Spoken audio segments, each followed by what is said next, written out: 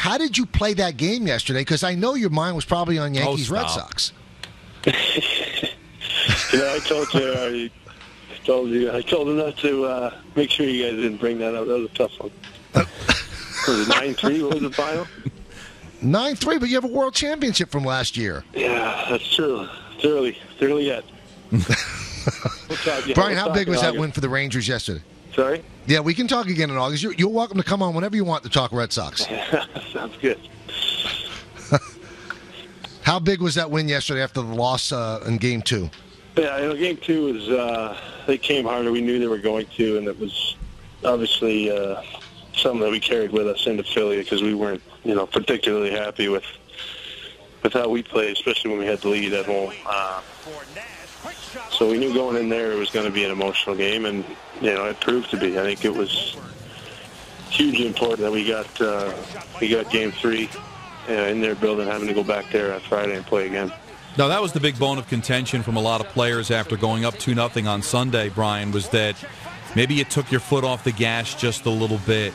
As a player, what are some of the things that you think you did wrong that maybe you would have done had you not jumped out to the 2-0 lead? Well, I don't know if it might have been like a human nature, or I don't know what it was, but we just kind of wanted. Obviously, we had the game planned down, and we were, we executed an early power play. We scored another goal. We're up 2, and I don't know, but we shouldn't have assumed if we did that they were going to kind of let up at all. Obviously, they came even harder. They got a big goal. Voracek. I think it was just something that you want to get the win, and you think you're playing okay because you have the lead. But it's funny in the playoffs, especially the momentum can change, fairly quickly, and it's tough to get back. Brian, so many people have said, and even your coaches come out and say, play whistle a whistle, don't get caught up in the Flyers game. But yesterday, the Rangers kind of beat the Flyers at their own game. Did you guys speak amongst yourselves and say, hey, we can't be pushed around. Let's not take stupid penalties, but we got to go right back at them? Yeah, it's a man's game, and there's a lot of pride that goes into it as well. You want to win, and ultimately you're going to have to sacrifice and take a few punches. But we all have our egos, and we all have some pride, and I think it got, it was an emotional game. Maybe a little more emotional than we wanted it to be, but, we know we're going to stand up for one another, and we're going to stand up for ourselves. If, we feel like we're being, they're trying to take advantage of us in that way, but it's a fine line. We have to kind of walk it carefully and not cross over, because a few times it could have got a little more out of hand than it did, but we were quick to kind of snap back and kill off some penalties and continue to try and create, and I think we did. We had some big goals. Brian, how much of that was making a conscious effort to be more physical, and how much of it was putting Dan Carcillo on the lineup to supply that? Well, he supplies a lot. Obviously, he is, he's got a lot of skill. I think he's got underrated skill. We see it, and he's got some championship pedigree. He was part of that Chicago team. He's been on a number of successful teams. He's played quite a few playoff games. So I think that was big. He obviously provided us with an emotional spark, definitely.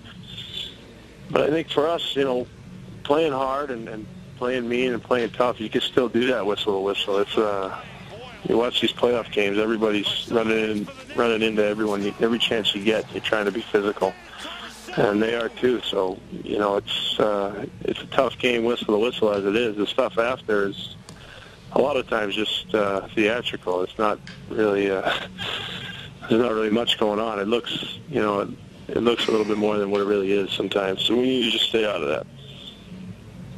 Talking with the New York Rangers, Brian Boyle here on the Michael K. Show, Michael K. and Don LaGreca. What has clicked in for Marty St. Louis? It's 1 goal when he came over to the Rangers, now 2 already in these first 3 games. It seems like he's the player that he was in Tampa Bay. Was it just a period of adjustment when he first got here?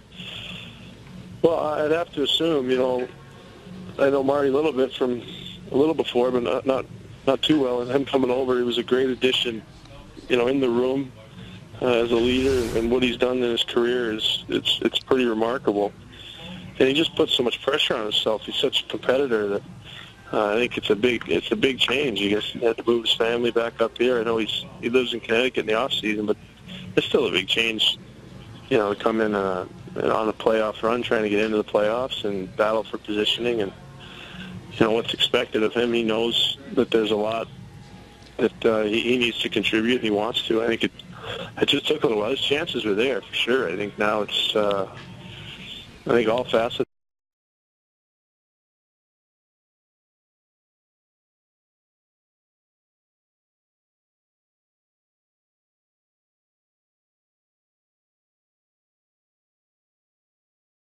Are you conscious of what the fans are doing and saying to you in a moment like that?